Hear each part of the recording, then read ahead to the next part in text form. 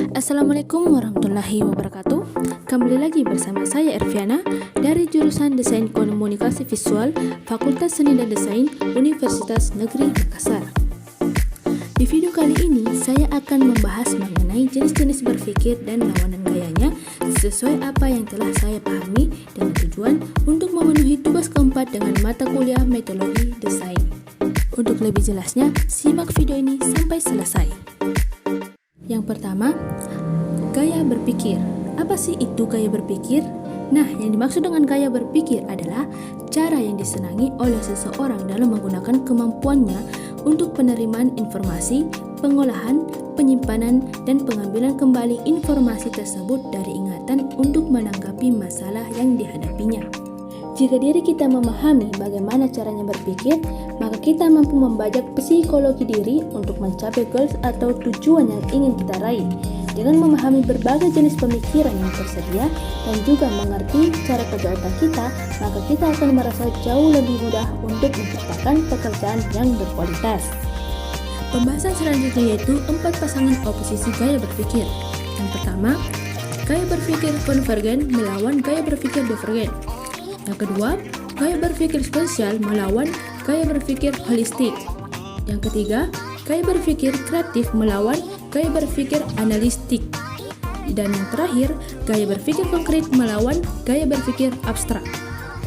Nah, setelah mengetahui apa saja keempat oposisi gaya berpikir tersebut, barulah kita bahas pasangan gaya berpikir ini. Tentu saja dari pasangan oposisi gaya berpikir pertama yaitu gaya berpikir konvergen melawan gaya berpikir divergen. Gaya berpikir konvergen adalah cara berpikir fokus pada persoalan yang sedang dihadapi dan tidak terbiasakan oleh pendapat-pendapat subjektif yang tidak terkait dengan persoalan tersebut. Nah, sedangkan gaya berpikir divergen adalah berpikir kreatif yang dapat menggunakan informasi sebanyak mungkin ide-ide. Jadi, gaya berpikir konvergen yaitu kemampuan untuk menempatkan sejumlah bagian atau perspektif yang berbeda dari suatu topik dan bersama-sama berusaha menemukan satu jawaban melalui berbagai cara yang telah terorganisir dan logis. Sedangkan gaya berpikir divergen yaitu kemampuan untuk menghasilkan ide-ide kreatif dengan mengeksplorasi banyak kemungkinan solusi dalam upaya menemukan satu solusi yang berhasil. Selanjutnya, oposisi gaya berpikir yang kedua yaitu berpikir sekuensial melawan berpikir holistik.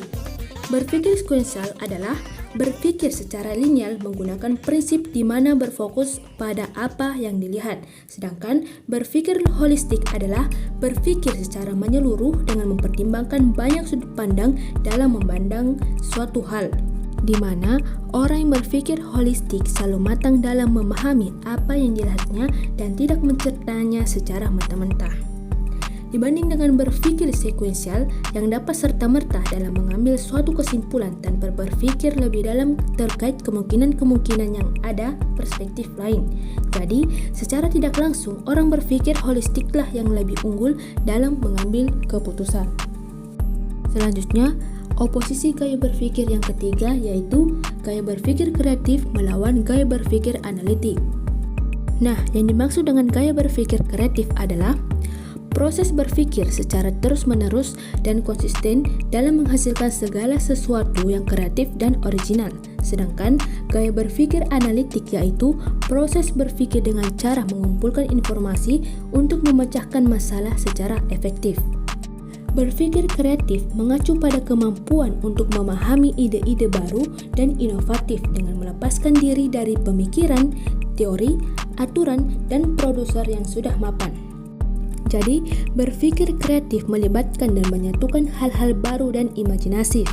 Sedangkan berpikir analitik yaitu mengacu pada kemampuan untuk memisahkan secara keseluruhan sesuatu dan memeriksa bagian-bagiannya kembali untuk mengetahui bagaimana mereka dapat disatukan. Hal tersebut logis selangkah demi selangkah. Nah, selanjutnya oposisi gaya berpikir terakhir yaitu berpikir konkret melawan berpikir abstrak. Nah, yang dimaksud dengan berpikir konkret adalah istilah yang menggambarkan sesuatu yang benar-benar ada, nyata, berwujud, dapat dilihat, dirasakan, dan dapat dicium oleh indera manusia. Sedangkan fikir abstrak adalah kebalikannya, yaitu tidak berwujud dan tidak berbentuk. Jadi, berpikir konkret yaitu mengacu pada kemampuan untuk memahami dan menerapkan pengetahuan faktual di mana kita berpikir tentang objek atau ide sebagai item tertentu dan bukan sebagai representasi teoritis dari konsep yang lebih umum. Sedangkan berpikir abstrak yaitu mengacu untuk menggunakan konsep, membuat dan memahami generalisasi, kemudian menghubungkannya dengan peristiwa atau pengalaman lainnya. Dalam singkatannya yaitu konkret hanya menyangkut fakta, sedangkan pemikiran abstrak berada di bawah fakta, di mana pemikiran abstrak adalah tentang memahami berbagai makna.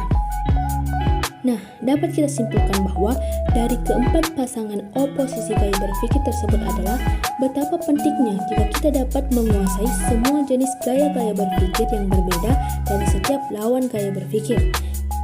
Akhir kata, cukup itu saja materi yang dapat saya bawakan pada video kali ini. Mohon maaf jika terdapat kekurangan pada penyampaian materi saya. Sekian dan terima kasih. Wassalamualaikum warahmatullahi wabarakatuh.